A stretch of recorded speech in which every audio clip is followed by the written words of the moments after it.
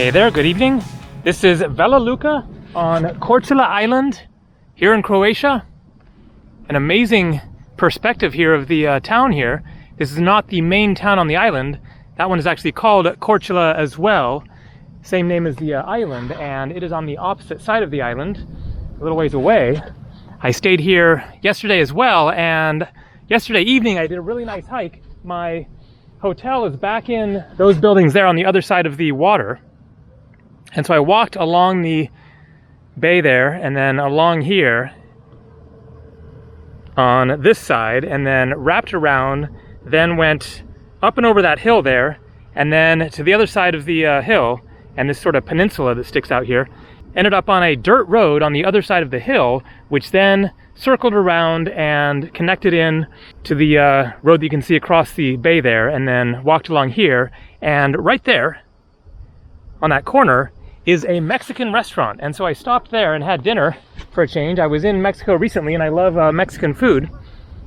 And so in this video then I'm going to talk about traveling during the coronavirus pandemic. Is it a good idea? Is it safe? Is it irresponsible to be traveling at this time?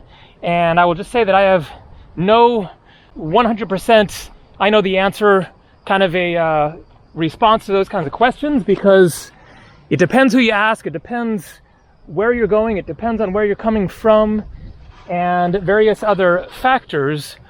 So first I will explain really quickly as I walk along here, and I'm going to head back down to the waterfront there, then my own experience of traveling the past 5 weeks. I left the United States mid-June, planning to come to Europe for the summer because Europe was announcing that it was opening up to tourists for this summer, and at the time it was looking like Americans would be allowed to travel throughout Europe. I left and flew from Oregon to Cancun, Mexico, which was considered to be a low-risk area of Mexico, and it was just starting to open up to tourists as well.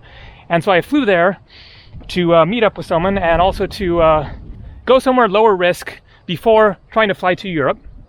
And unfortunately, in the course of being there in Mexico, then the coronavirus spiked drastically in the United States and hasn't stopped since then, basically.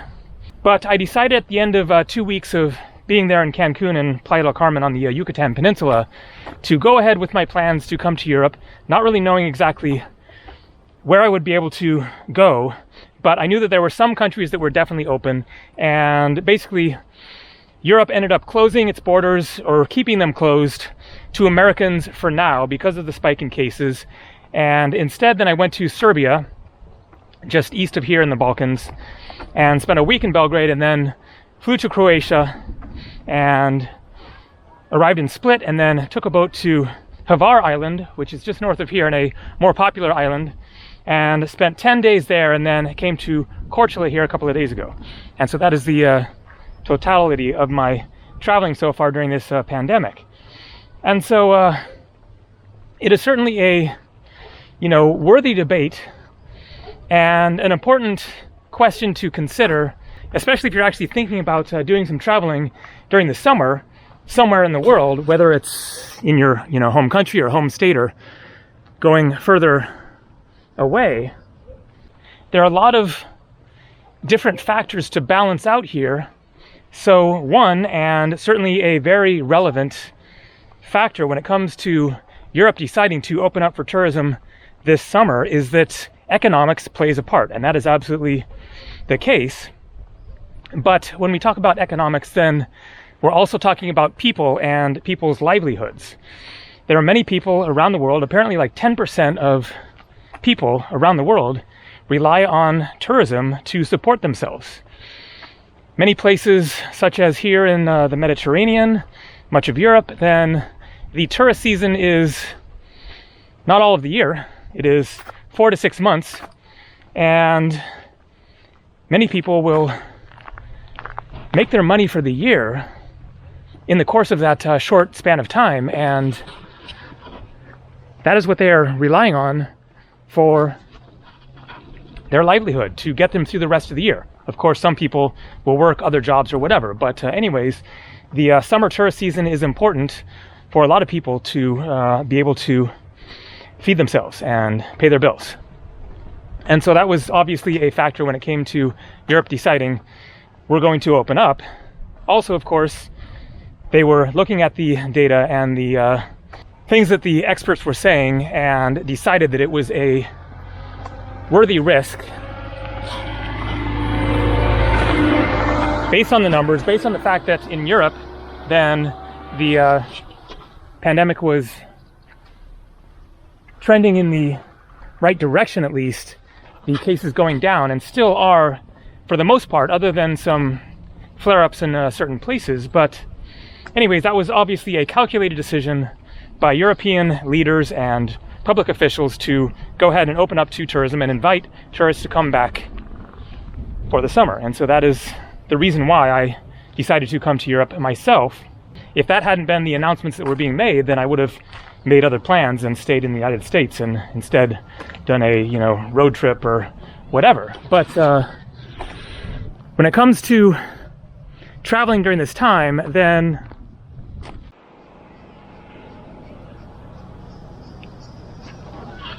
but basically what it comes down to is that we are going to have to kind of find a balance and experiment to some extent with the whole locking down versus opening up different paradigms, because the reality is that the world cannot just hide away until this is over. Who knows how long it's going to last? It could be years, and everyone can't just hide in their homes and not go to work and only, go to the grocery store or whatever. Think about the food that is in your grocery store. That doesn't get there because of people who are hiding in their homes. Somebody has to be out there actually doing stuff in order to make society function for all sorts of things, obviously. And so we can't just shut things down indefinitely and just kind of hide this thing out. So we are going to have to take some chances, allow civilization to return and get back to work and back to business. And so it's going to be like a monitoring of the situation throughout this whole thing, in which things will be looking a little bit better as they were in June. And then various states or countries will open back up and see what happens, and maybe things aren't too bad, and maybe there's a big spike and then they have to close back down again. But that's just going to be the reality of what's going to happen over the coming months and maybe years of navigating this really horrible situation. And so traveling is part of that. It supports people who rely on tourism, and not everybody wants to just wait in their homes or only stay in their own little towns for who knows how long. Of course, it will depend on what happens. If things get really bad somewhere, then if you're traveling, you're going to have to either, number one, be prepared to get out of there really quick if you can and get a flight back home or somewhere safe or whatever, and possibly get stuck somewhere for who knows how long, months, if the country decides to lock down again and enforce people staying at home. So traveling during the pandemic is going to be challenging and risky for who knows how long, and that's just going to be the way that it is. Here in Europe, millions of people are traveling throughout Europe. Not just Europeans, but Europe opened up to 15 other countries on July 1st, and Canada was included, the United States was not, and so that is one of the reasons that I'm in the Balkans now. But for now, then, public officials, experts, leaders of countries have decided that tourism is allowed to happen right now. And so here in Croatia, then there are quite a few tourists. It is certainly lower than it would be, here in July in peak season normally, but tourism is happening, and tourists are doing what tourists do, going around, exploring, going to restaurants and museums if they're open, and stuff like that. And so there is a inherent risk of spreading the virus.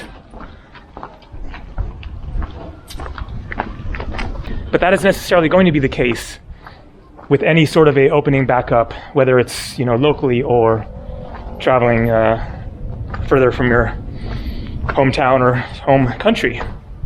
And so if you're thinking about traveling during this time, then you need to be prepared for unexpected challenges, obstacles, and also things being a little bit different. I talked a little bit in my Mexico videos from when I was there about how things were different.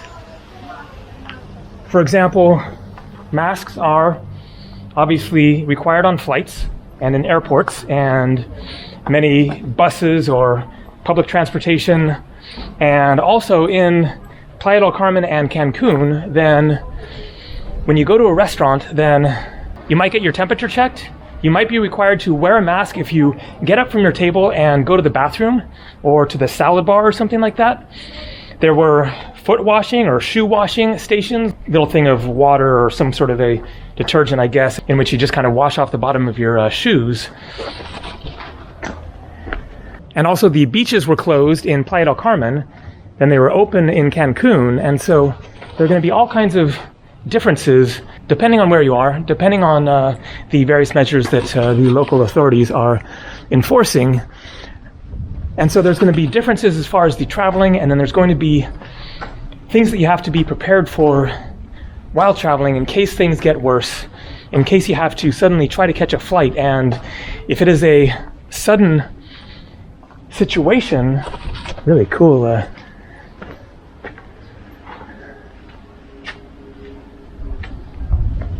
decorations here. And if it is a kind of sudden lockdown situation, there could be a mad rush for flights, and you could end up getting stuck somewhere, as happened to a lot of people back in March.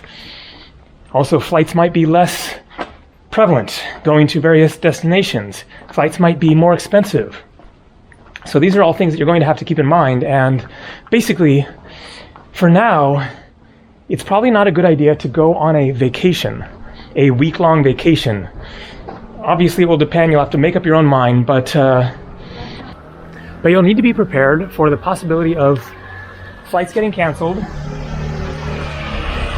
maybe getting stuck somewhere, maybe paying more for flights, and whatnot. And so you probably don't want to take a vacation in which you have a long flight with multiple layovers, flying from the US to Thailand perhaps, for a week or two with all of the risks that are involved. It is better if you have flexibility, if you have more time, as is the case for me. I can, pack up at any moment and just get out of here. I can also be delayed, and it's not going to mess up my schedule or leave me in a really bad situation. And so it is definitely not the typical traveling environment that most people have experienced in the past.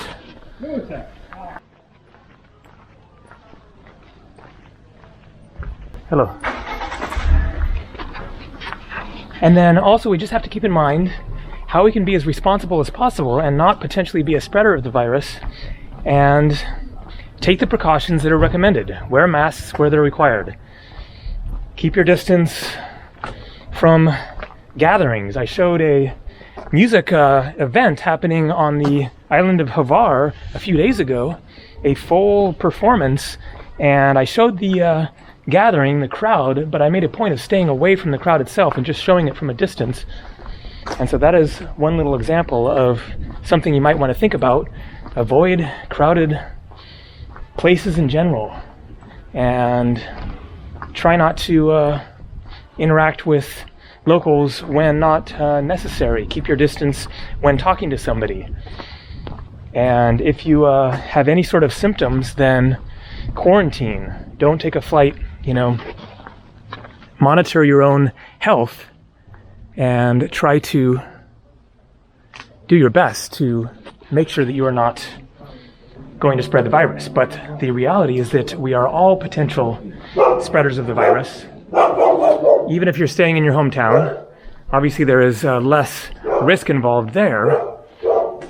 But now is not the time to be too self-righteous about some people are spreading the virus and you aren't, because we all could possibly be helping to spread this thing around, whether in our local community or further afield. And so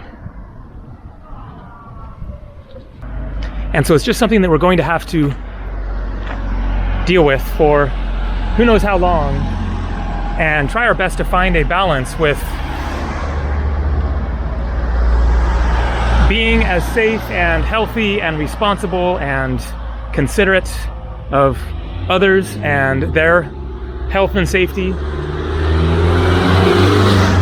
while still recognizing that the show must go on to some extent, and we can't all just hide away forever. The world has faced pandemics in the past, and this is by no means the worst. The plague apparently killed around 30% to 60% of those who got it. 30 to 60%, whereas this is somewhere in the range of 0.1 to 1%. And so we're going to get through this one way or another, hopefully sooner rather than later. And we all have to do our part to take this seriously, but that doesn't mean that we all have to become hermits for the next 5 years or whatever. All right, Bella Luca. More coming from Korcula Island.